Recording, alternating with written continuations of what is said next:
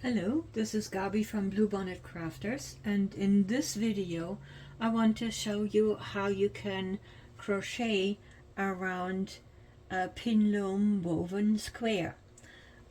This is a square that I wove on Zoom Loom using the multi-layer method, where you wind 3 layers and then weave the 4th one, which results into this square that has the scalloped edgings. As pretty as the scalloped edgings are, they can be rather difficult to deal with when you put multiple of those squares together into a project. So a lot of people like to crochet use crochet to join their squares, and a good starting point is to first crochet around each square and then you join them together. Just as a preamble, I will show you in this video a method that I prefer. There are many ways to do it. But I have heard from particularly new weavers, this question comes up over and over again: how do you actually crochet around Pin-Loom woven square? So here is my version of it. It's not the one and only, it's the one that I use, and maybe it gives you inspiration to that it might work for you. What do you need? Of course, you need your squares, and then you need a crochet hook. I prefer to use a crochet hook that is slightly thinner than what you weave with. Usually, the yarn that you weave on a Zoom Loom is kind of a DK or light worsted, which comes to a crochet hook, a G crochet hook of like 4 millimeters. I go down a little bit in size. The reason for that is that I don't want to pull those little scallops too much, which would pull the weaving. So that's one thing. Then we need a tapestry needle for the very end, and of course some scissors. I have woven my square here with Caron Simply Soft, and I will use Caron Simply Soft to crochet. So basically the recommendation is that you use, for the crocheting, you use a yarn that is of equal thickness or thinner. Crocheting creates a thicker fabric than our weaving, and you don't want to bulk up the edgings too much. So my recommendation is same yarn weight or slightly thinner. All right, so let's get started right away. And I will try to stay in focus here. I start anywhere along any side, in the center of any side. So let's get started here. And I join my working yarn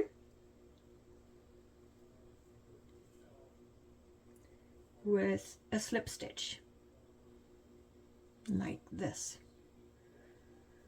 and then I will crochet in the tail as I go. You will see this. Then you can make a chain stitch into the first where you joined, which evens it out a little bit nicely.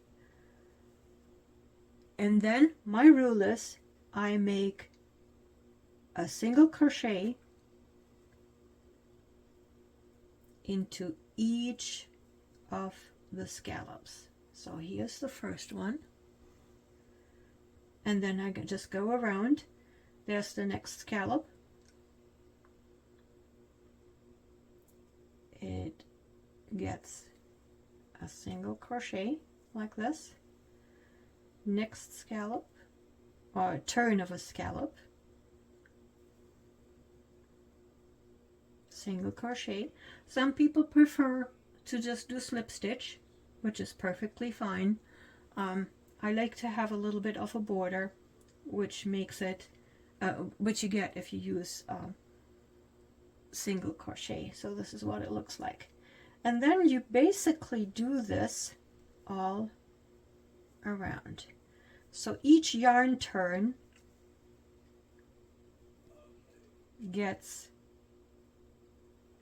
a crocheted stitch. Okay, and you see I have crocheted in the tail for a few stitches. I'm done with that now. So here's where you get to the first corner, and this corner can vary. So basically, since this is a yarn turn, I make a single crochet, and then on each, and this is a Gabi rule, on each corner, no matter what the corner is, I make 2 chain stitches. Okay, and then I just continue each yarn turn. Let's do this prettier.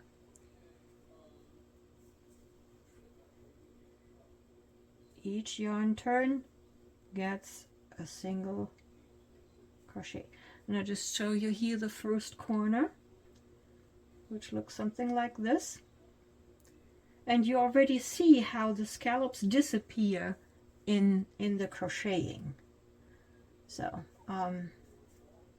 this will just take a little while here. Let me speed up a little bit.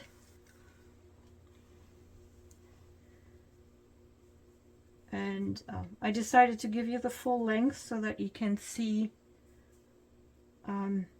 what I'm doing for the whole square. But if you want, you can now kind of fast forward to the next corner or to the end and say, oh yeah, I get it. So you see here, and I ignore the gaps between the scallops, and this is like one row, and here's the next corner. Okay, so there are 2 yarn turns on this corner, and that's this one here, and I make this kind of ends, the first one is ends the current row, and now I do 2 chain stitches, and then I start the next side.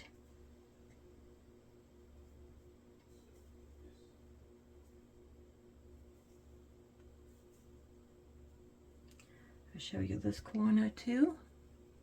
That's what it looks like, and you see how kind of all the different corners start to disappear, the scallops disappear, and you get just a very smooth edging at this point. And I want to show you a close-up here. So basically, even if there's a gap between the scallops, just ignore it.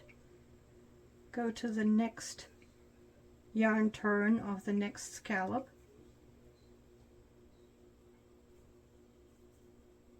and keep going. Excuse me.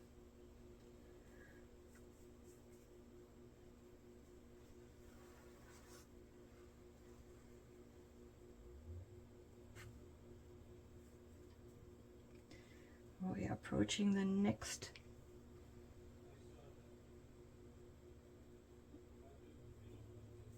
do this pretty. The next corner. So whatever that corner looks like, so this one is another one with 2 yarn turns. So the first yarn turn of that scallop belongs to this current row. 2 chain stitches, and then I start the new side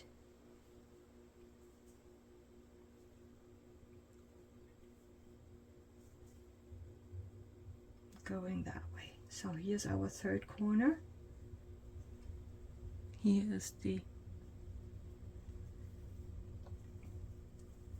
row that, or the edging that we just finished. And now it's just same old, same old. And I think this approach is really easy to memorize. So basically you just work a stitch into each yarn turn along one edge, and when you get to the corner you finish the edge like this,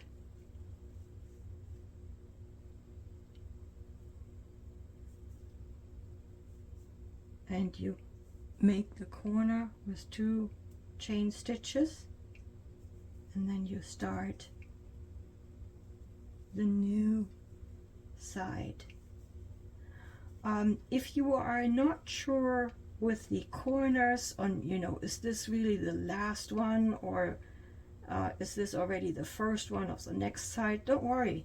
The most important thing is that you have those 2 chain stitches somewhere near the corner, and I will show you later why that is the case. So here is the last, we're on the last stretch. Let me just put this down and show you. So this is where we are right now. This is where we started, and somewhere, anywhere in the middle of any side, went to the first corner, and when you kind of run out of yarn turns there, you make 2 chain stitches. Next side, 2 chain stitches. Next side, 2 chain stitches. Next side, 2 chain stitches. And now we will work on the final stretch right here. Okay? So there are 2 more single crochet stitches. Let me grab a little bit of yarn.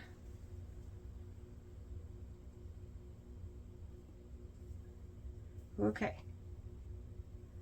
And now, yes, there is a gap, but we're out of chain stitches. So what I do now is I join to the first stitch of where we started. Pull this through the stitch, and then I clip the yarn.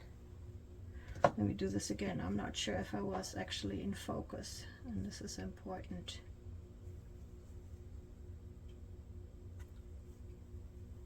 So here's this is the ending. I join into the first stitch of where we began. Pull this through, so it's like a slip stitch through the first stitch, and then I clip the yarn with a little bit of a tail,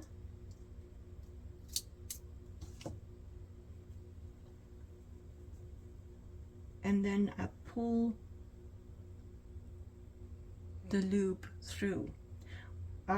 If you might already be familiar with this, what we are going to do is we do a seamless join of that stitch. So this is what it looks like now. This is the last stitch. We joined it with a slip stitch to the first stitch, then pulled it all the way through. So we pulled through the loop. This is now just an end sticking out. Okay? And now we thread that little tail into a tapestry needle. Now we will look at the top view. So this is the side view. This is where the yarn goes through the last stitch right here. And now we will make a stitch. So here is the first stitch this looks a little bit like a V. You probably can see this. And we kind of pretend to make one of those stitches. We start with going through like this. So from side to side, and you can either go from the back to the front or the front of the back. And then we go in from the top. We go in from the top through the stitch where the yarn came out. Okay? Like this. And you can now see that it, let me do this a better job here.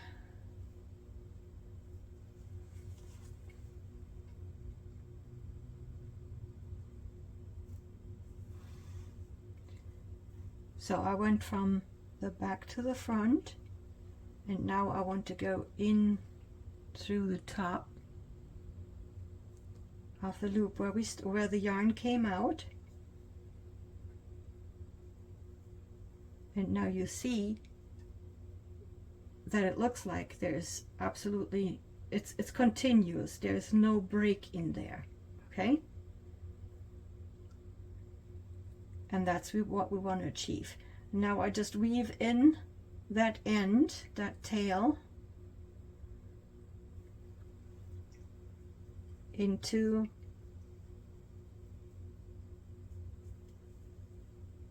the row of single crochet, which takes care of that. And then you can clip it off like this, and there is your, oh yeah, this is the starting tail. We can clip that now as well.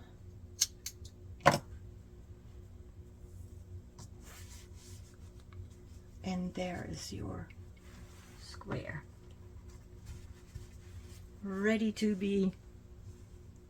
And now this is ready. You can do with it, you know, if you do multiple squares like this, now you can do with them whatever you want. You can crochet them together, you can sew them together, you can yeah, pretty much do whatever you want. You have about the same amount of stitches on each side, and the reason why I, no matter what corner it is, I add 2 chain stitches, and you can see this already a little bit here. You have now very even corners, and if you imagine to have multiple of those squares together, they will at the corners just kind of squeeze in gently and fill in that space. Which is another benefit of going that way. So it's relatively easy. You just make sure that you crochet into each yarn turn. When you come to a corner, whenever that is, you make 2 chains, and then you start around until you get back to where you started. Then you do the invisible stitch so that at the top it looks like totally smooth, and you don't even, when you now go to join it, you don't even know where you started anymore. Okay, so I hope you enjoy this method, and that it will give you much joy when you put all your weavies together into beautiful projects. Have fun!